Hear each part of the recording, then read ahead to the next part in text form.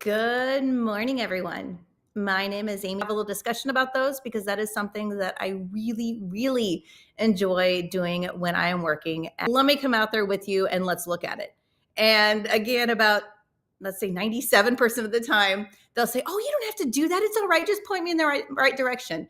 And no, you guys, I love looking at, and maybe we're going to go in a totally different direction. But we need to have those conversations. So please don't ever say, "Oh, I'm sorry to bother you." You're not bothering us, okay? That is exactly what the pharmacist is there for. We are there to answer those questions, to get out of the box, come out there with you, and help you just as much as we do with prescription medications. We are there, even if not more so, to help you with over the counter medications. Because, like I started off saying, most people think, oh, they're just out there, they're perfectly fine to take. And that is not true. So, what do you want to look for? Number one, if you are on any sort of prescriptions at all, and you think, oh, I can just go grab something, short of maybe a cough drop, and even that, if you need the sugar-free ones, let's have a discussion about it, right? Let's talk about what you're taking, what current medications you're on, and let's go from there. Cold medications, it's that time of year, right? Cold and flu. So those are the hot things flying off the shelf. So many times you're taking it still can fluctuate your blood pressure. And depending on how your blood pressure is doing, we probably don't want to be messing with those things. But again, we need to have that discussion. We need to talk about how long have you been on the medicine? How controlled is your blood pressure? How controlled are your other ailments that we're dealing with? So there's lots of things that go into it. Your age. If you are looking for children, there's certain things you need to be careful with. If you're looking for children, we need to talk about their weight. Most people try to guess. I mean, for the most part, people know about what their child weighs. It's not always about their age, you guys. It has to be about what they weigh as well. So have those conversations with the pharmacist. Yes, those are on the packaging, just in case you are there after hours and you are getting into those things. That's fine. You can always reach out to the pharmacist that cares at any time, and I will gladly help you with any dosing on those. But those are there because that is important. It's not just age. It has to be based on weight. And even when we're talking about the elderly, metabolize things differently. They have other issues. We need to be careful of what certain medications can do. So you don't just want to go and grabbing things off the shelf. And you sure don't want to be doubling up on things that you don't need. There's lots of side effects you can get from doing that. And yes, it is great that a lot of the allergy medications are over the counter. Or the proton pump inhibitors for your stomach. Yes, for acid reflux. They've gone over the counter as well. I remember those going over the counter, you guys. I remember when those were prescription and they were lobbied against to come out there. So your insurance didn't have to cover the copays on those. And I do remember it. I remember when Claritin used to be a prescription. Yes, I'm that old. I do remember those things. And everybody thinks, oh, they're over the counter now. They're safe. No, they're not. We have to still have a discussion. And especially like your Prilosec and your Pepcid and all those proton pump inhibitors, people will come to me and they say, well, why is it only to say to take for a week or 2 weeks, depending on which one you're grabbing? And I'll tell them exactly why. Because they said, well, I used to be on the prescription version of it. Why? And I was taking it every day for years and years. Okay, that's fine. But what about the person that is self-diagnosing, that is just grabbing that off the shelf, that might start taking it day after day after day? What if there's something else going on that they really need to see their physician about and have that conversation? What if they're just masking something, trying to make it better, when if they would have went to the doctor, they could have found out what was really wrong before it gets to the point that things are they're in a really bad situation. So just because they're out there doesn't always mean it's a good option. And there are so many things that go into this, right? There's so many fillers and so many other things when you are grabbing these medications, and why the price difference and why all these different things, why the generic. And, I'll tell people more often than not, don't waste your money on the brand name.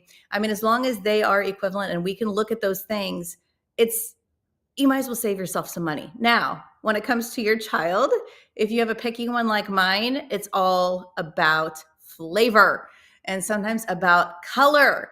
And I'm thrilled that a lot of the liquid medications no longer have color to them. They are dye-free. Number one, it's better for your system. And number two, if your kid is one that used to spit it out, you really don't want anything that's red or purple or blue or whatever color they're going to put in it, because that just makes a big mess. So we need to look at that. But really, when it comes to a child taking it, yes, you can force them. But if anybody has had children, they've had to force taking medication, it's terrible. So I like to have those conversations. And if the child's there, if you bring your child in, I don't care if they're 4 or if they're 14, I'm going to include them on the conversation because that is important. They need to feel like they have a say in this. And if you come to the pharmacy, what's going to happen? You're going to get me out there, right? We're going to look. Let's say we're looking at Tylenol for your kid, right? It's a liquid, comes with a little cup. A lot of kids don't like to drink out of the little cup. So if you got me out there, what's going to happen? I'm going to run back there and I'm going to grab you a syringe that your child can take and they can do it themselves. You can pull it up and then they feel empowered. They feel great. And they are more likely to take that medication if they can squirt it in their own mouth once you've drawn it up. I'll tell you guys that really, really works. So don't be afraid to have your child there if you're having questions about them, because let them be part of the conversation. They're the ones going to be stuck taking this stuff, right? So make sure you do that. So there are so many things that go into this, but you have to have those discussions. There's so many interactions. I know I just touched on blood pressure medication, but even as simple as Advil, Aleve, ibuprofen, naproxen, whatever you want to call it, all those things can have big interactions when it comes to certain prescription medications. Yes, they've been around forever. Even Tylenol has been around forever, but there are times to use it and there are times to be cautious about it. So we need to talk about that. We even need to talk about dosing of it, not just always what the packaging says, but depending on what you are taking it for, we need to have those conversations. There's so much on the box, just like if you came to the pharmacy. Nowadays, at least where I'm at, you don't always get the sheets. You can scan for them. So we're saving paper, which I love because everybody throws them away anyway. But on the box, you're still going to get that piece of paper inside. You're going to have all that information on there. And it can be intimidating. And you're going to, you're not going to end up reading it, right? You know, whether it says swallow whole, don't crush, take with food, all those things. Those are important, especially if it's a time release. You don't want to crush it. You don't want to chew it. And some people can't swallow pills for whatever reason. So we need to have those discussions. We need to find exactly what is best for you. If it does say take with food, there's a reason it says take with food. Sometimes it's just me having that little conversation with you that says, yeah, don't take it with just a cracker, maybe a little bit more of a meal that we need to do. And then tying this all together, if you are getting prescription medications, I do this all the time. And this is really one of my favorite things about being a pharmacist. That's exactly why I went into it. That's exactly why I went into retail.